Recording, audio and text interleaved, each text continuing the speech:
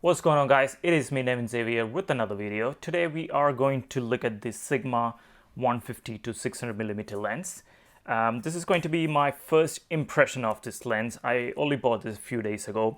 I haven't really put this into a proper test where I took it to a field and tried to shoot some wildlife. The only experience I have this is shooting some pictures of the moon, some videos of the moon, and just some pigeons flying around near where I'm staying. So that's all. But I do want to talk about my initial impressions. So this is not my first wildlife lens. I'm still using the Leica 100 to 400 lens. This is for micro four thirds system cameras. This is the 100 to 400mm lens, which is equivalent to around 200 to 835mm equivalent. And I've been very happy with this lens, but since I moved to Fujifilm system and I don't want to carry around two systems like Fujifilm and Panasonic, I've been looking at Fujifilm wildlife lenses and I didn't have much choice. Fujifilm only makes one professional wildlife lens, which is the 100 to 400mm lens. Even though it seems like a really good lens, the price for me was a little on the expensive side. I think in UK it's around 1700 British pounds or something around 1800. So I opted for the cheaper option. I wouldn't say it's cheap, it's a very affordable option, 150 to 600mm lens. And this is the Canon mount.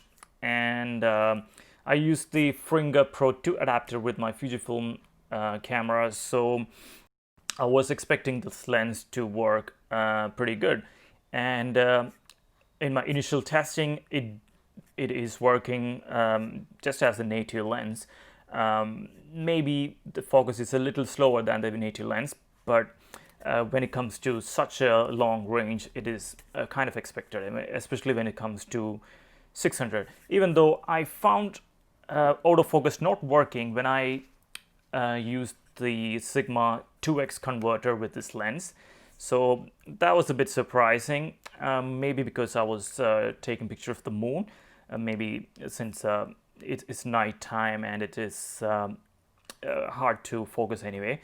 But that is not like a big issue, as probably if you're shooting such a long range, you most probably will be using the manual focus. Talking about manual focus, it is very easy to use manual focus, especially the manual focus ring where it's placed, which is exactly a place where you would hold the lens. So that is very thoughtful of Sigma to keep the manual focus ring right where you hold it. So it is kind of easy to manual focus. As you can see, it is a big lens, especially with the lens hood. It looks huge and it weighs around 2 kilograms. And coming from the GH5 and the Leica lens, carrying it around the whole day, it's no problem. Like I won't get tired. But using this lens with the Fujifilm system, just straight after using it for like 10-15 minutes, especially hand holding it, I really found my arms tired. So that's something to keep in mind, especially if you are going for a long trip and if you're thinking of hand holding it and using it for the whole day. Not the whole day, maybe for straight, I don't know, 4 or 5 hours. It will tire you down and eventually you will put this down, so that is no good. So I will definitely recommend using a tripod. So when it comes to ease of use, definitely I will miss the GH5 system. That is one of the biggest advantage of sticking to like a micro four thirds system. The lenses are tiny and it is very compact, whereas coming to Fujifilm lenses are generally lightweight, but since I'm using the adapter and these are pretty much a full frame lens, it becomes a huge setup, but all of that will be worth it because at the end of the day, the quality of the Fujifilm XT4, it is fantastic. The one thing I will definitely miss will be taking video handheld, which was so easy with my GH5 and this lens, the 100-400mm lens. That is definitely not possible with this lens on a XT4. whenever I tried, even with the image stabilization on and with all the IBIS and all the electronic stabilization on, it still was a bit wobbly. I wouldn't say it's usable. So if you're thinking of buying this lens to take videos, you definitely need a tripod or at least a monopod. So that's something to keep in mind. Talking about video autofocus, I haven't really tested it out. I don't expect it to be very fast because it is definitely not a native lens, but I'm sure if you use it with let's say a Canon full frame body like a Canon 5D Mark IV or EOS R or R6, R5, it will work perfect. But since I'm using the XT4, I am not sure how that is going to work.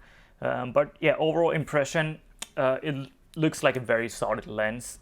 It is heavy, that's for sure, but when you think of the range, which is 150 to 600, and especially since I'm using an APS-C camera that is around 225 to 900 millimeter lens, that is more than enough. That is really more than enough for any kind of wildlife situation. So yeah, I'm pretty much happy with it. I'm really excited to take this to Costa Rica next year. That is exactly why I bought this lens. So yeah, you will see a proper review maybe in another 6 months time. So I will have more photos and videos to show you guys. So stick around.